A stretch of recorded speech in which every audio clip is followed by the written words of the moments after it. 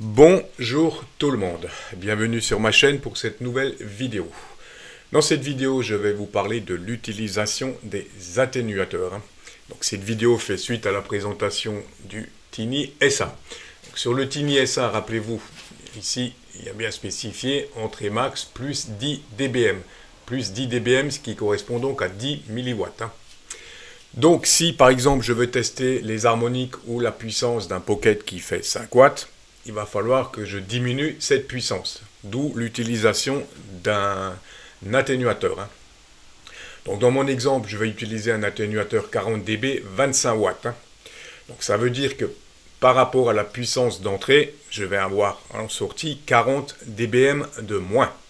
Donc je vais vous montrer ça tout de suite dans un tableau. Voilà ce que ça va donner. Donc, 5 watts égale 37 dBm. Moins les 40 dB d'atténuation, on aura donc moins 3 dBm à la sortie. C'est bon pour notre Tiny SA. 10 watts égale 40 dBm, moins 40, 0, on passe. 15 watts, 42 dBm, moins 40, donc 2 dBm, ça passe toujours. Et ainsi de suite jusqu'à 25 watts. Je vais pouvoir l'utiliser jusqu'à 25 watts. 25 watts, 44 dB,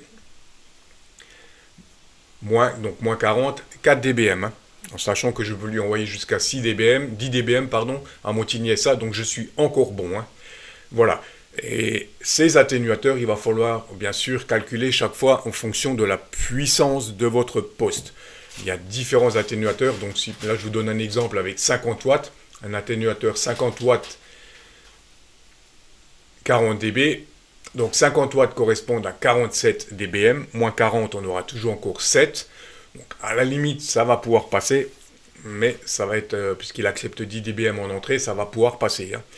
Mais ce qu'il faut retenir donc sur les atténuateurs, je vais vous montrer ça tout de suite, c'est qu'il existe bien entendu différents atténuateurs.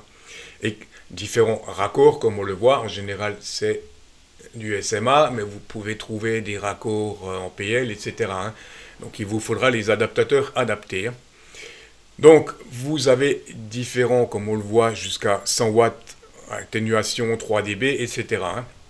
Et après, si vous voulez viser le must, mais bon, ça c'est vraiment pas trop utile, je dirais, surtout vu le prix. On a des atténuateurs qui acceptent jusqu'à 50 watts, et là on a le must, 150 watts, qui va jusqu'à moins 50 dB. Voilà un petit peu pour les atténuateurs. Et pour calculer tout ça, on a ici notre fameux tableau. Donc là, comme je reprends avec 15 watts qui correspond donc à moins 42 dB, et je vais repartir de mes mesures depuis le début pour vous montrer. 5 watts, convertir.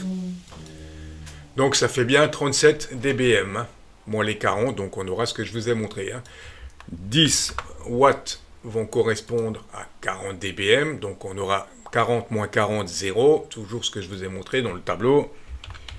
15 watts, on convertit 42, donc on aura les 2 dBm de sortie, et ainsi de suite. Voilà, et bien sûr que je vous mets le lien vers ce site, qui est très utile et qui va vous servir pour calculer vos atténuateurs. Voilà un petit peu le pourquoi de l'utilisation d'un atténuateur, tout simplement pour diminuer la puissance à l'entrée de notre Tiny SA pour ne pas le griller. J'espère que cette vidéo vous aura intéressé, n'hésitez pas à laisser vos likes et vos commentaires et je vous dis à très bientôt pour une nouvelle vidéo.